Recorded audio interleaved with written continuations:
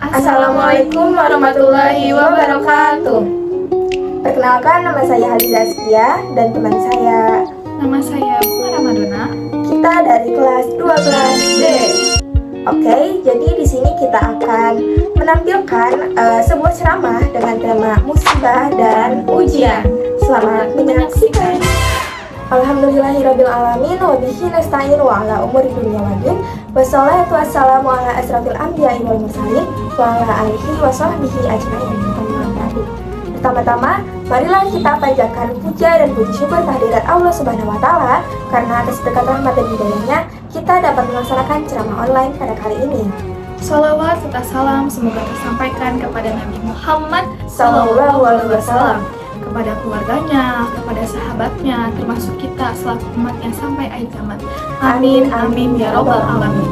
Hadirin rahimakumullah, siapa yang tidak pernah mengalami musibah sepanjang hidupnya? Rasanya tidak ada satupun manusia yang tidak pernah mengalami musibah sepanjang hidupnya. Lalu, apa makna dibalik musibah yang telah terjadi? Saudaraku, dikatakan bahwa apabila musibah menimpa seseorang atau suatu kaum, pastilah musibah itu salah satu dari 4 kemungkinan berikut. Yang pertama adalah sebagai ujian atas prestasi iman, yang artinya manusia akan mengalami penaikan derajat atau kedudukan di sisi Allah Subhanahu wa Ta'ala. Diriwayatkan dari Sa'ad ibnu Abi Waqqas bertanya, "Ya Rasulullah, siapakah orang yang diberikan ujian dan cobaan yang paling berat?" Rasulullah SAW pun menjawab, orang yang paling berat ujian dan cobaannya adalah para nabi, kemudian yang serupa dengan mereka, kemudian yang sederajat dengan mereka. Seseorang diberikan ujian sesuai dengan kadar agamanya. Kalau agamanya lemah, maka ia diuji dengan itu. Kalau agamanya kukuh, maka ia pun diuji dengan itu. Seseorang pasti terus-menerus akan diberikan ujian, sehingga ketika ia berjalan di muka bumi, ia bersih dari dosa-dosanya. Makna musibah yang kedua adalah sebagai sarana untuk mengukur kebenaran iman. Allah Subhanahu wa Ta'ala berfirman, apakah manusia akan merasa dibiarkan ketika ia mengatakan, "Kami telah beriman," sedangkan mereka tidak diuji? Dan sesungguhnya Allah Subhanahu wa Ta'ala telah menguji orang-orang sebelum mereka, dan Allah Subhanahu wa Ta'ala Maha mengetahui apa yang benar dan apa yang dusta. Rasulullah SAW bersabda, Allah menguji seseorang dengan menimpahkan musibah, sebagaimana seseorang menguji kemurnian emas. Ada yang keluar menjadi emas murni, yaitu orang-orang yang dilindungi Allah dari keraguan. Ada yang keluar menjadi emas kurang bermutu, yaitu orang-orang yang berada dalam keraguan. Ada yang keluar menjadi emas hitam, yaitu orang-orang yang benar-benar mendapatkan musibah. Makna musibah yang ketiga adalah sebagai penghapus dosa dan kesalahan. Rasulullah SAW bersabda, tidak ada seseorang mukmin yang ditimpa rasa sakit, kelelahan atau kecapean, diserang penyakit, dan kesusahan seperti ia ditajamkan oleh duri, kecuali Allah menghapuskan segala dosa-dosanya.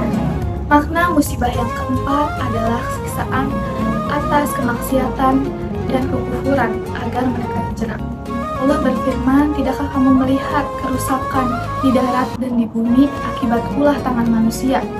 Sesungguhnya aku akan memberikan ujian dan cobaan atas perbuatan yang telah mereka lakukan, agar mereka kembali ke jalan yang benar. Hadirin rahimakumullah, dari setiap makna musibah yang telah dipaparkan tadi, kita tahu bahwa tidak ada niat buruk yang diberikan oleh Allah Subhanahu wa Ta'ala kepada kita. Namun tidak dapat dipungkiri bahwa kita sering mengeluh atau menyalahkan Tuhan atas sesuatu yang tidak mengenakan yang terjadi di dalam kehidupan kita. Saudaraku, begitu banyak hikmah yang dapat kita ambil dalam setiap peristiwa kehidupan, baik yang menyedihkan ataupun yang membahagiakan. Namun menurut saya, ketika kita mendapatkan ujian dan cobaan, kita jauh lebih bisa mendekatkan diri kepada Allah ketimbang kita saat kita mendapatkan kebahagiaan. Bukan begitu? Ya, betul sekali. Tak dapat dipungkiri musibah atau persoalan yang sangat berat yang telah terjadi kepada diri kita dapat membuka mata kita sebagai manusia terhadap setiap hikmah-hikmah dan pelajaran yang sebelumnya tidak pernah tersingkap. Maka, beruntunglah orang-orang yang dapat mengambil pelajaran atau hikmah di balik musibah yang telah dihadapi. Barangkali demikianlah ceramah yang bisa kami sampaikan.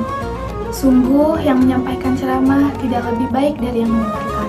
Semoga apa yang telah kami sampaikan bisa bermanfaat dan mohon maaf atas segala kesalahan. Billahi taufiq wal hidayah. Wassalamualaikum warahmatullahi wabarakatuh.